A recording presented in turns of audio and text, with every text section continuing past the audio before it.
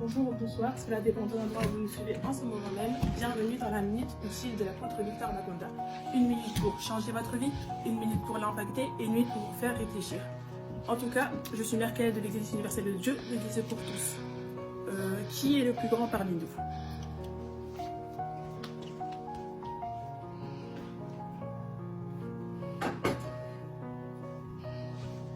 Donc on va voir qui est le plus grand parmi nous. Moi, je suis la plus grande. Non, c'est moi le plus grand. Non, c'est moi le plus grand. Moi aussi, je suis la plus grande. En tout cas, on part à la recherche de l'apôtre Victor Maconda pour lui poser cette question. Bonjour, apôtre.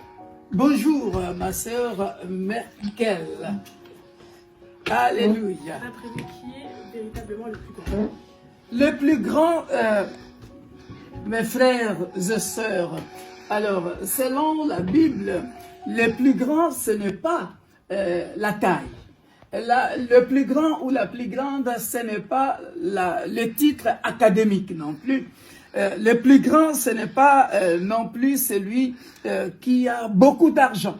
Mais la Bible nous dit ceci, bien-aimés dans le Seigneur, dans le livre de Matthieu, chapitre 23, au verset 11, lorsque les disciples posent la question à Jésus pour savoir exactement qui était le plus grand parmi eux.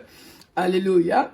Alors, la Bible dit ceci, le plus grand, regardez ce que nous dit la Bible.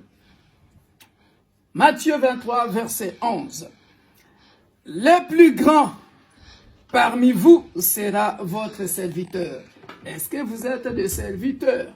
Et c'est ça le problème. Tu peux avoir le plus grand diplôme du monde, le plus grand titre académique du monde. Mais regardez ce que faisait Jésus lui-même, qui a le plus grand titre du monde, parce que la Bible l'appelle le roi des rois. C'est-à-dire, les rois de ce monde, s'ils ont 3 doctorats en chimie, 3 doctorats en philosophie, en physique, et je ne sais pas quoi, mais la Bible dit Jésus est le roi des rois. Donc, c'est lui qui donne les titres académiques. Alléluia. Et puis nous voyons aussi dans Luc chapitre 22, 26 à 27, la Bible dit quelque chose de très important. Aussi, regardez ce que nous dit la Bible concernant le plus grand. Pour que vous le sachiez, mes chers frères et sœurs, Luc chapitre 22, au verset 26-27. Regardez ce que nous dit la Bible. La Bible nous dit ceci. Jésus leur dit, les rois des nations les maîtrisent et ceux qui les dominent sont appelés bienfaiteurs. Qu'il n'en soit pas de même pour vous, mais que le plus grand parmi vous soit comme le plus petit et celui qui gouverne comme celui qui sert.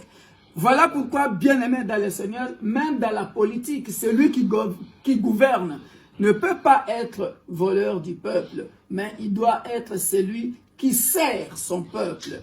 Nous avons vu de grands noms comme de Nelson Mandela qui se sont sacrifiés des années et des années en prison pour servir son pays, pour servir son peuple. Nous avons vu de Lumumba qui était le plus grand, mais ils étaient là et ils sont morts pour la cause du peuple. C'est ça, servir, bien-aimé dans le Seigneur. Et Paul dira encore dans 1 Corinthiens, chapitre 9, au verset 19, il dit ceci. Il dit, je me suis rendu le serviteur de tous, afin de gagner le plus grand nombre. C'est ce que, spirituellement parlant, un homme de Dieu doit faire. C'est-à-dire, tu veux être le plus grand, tu te rends, tu te fais petit et tu dois servir ton peuple par les suivis, par être plus proche d'eux, par la consolation, par les affermissements, par les encouragements. C'est ça, servir son peuple, servir Dieu. Amen. C'était la minute utile de l'apôtre Victor Maconda. Voilà en quelques mots ce que ça veut dire être le plus grand. Le plus grand veut dire servir les autres, pas voler les autres. Vous avez compris ça, cher jeune homme?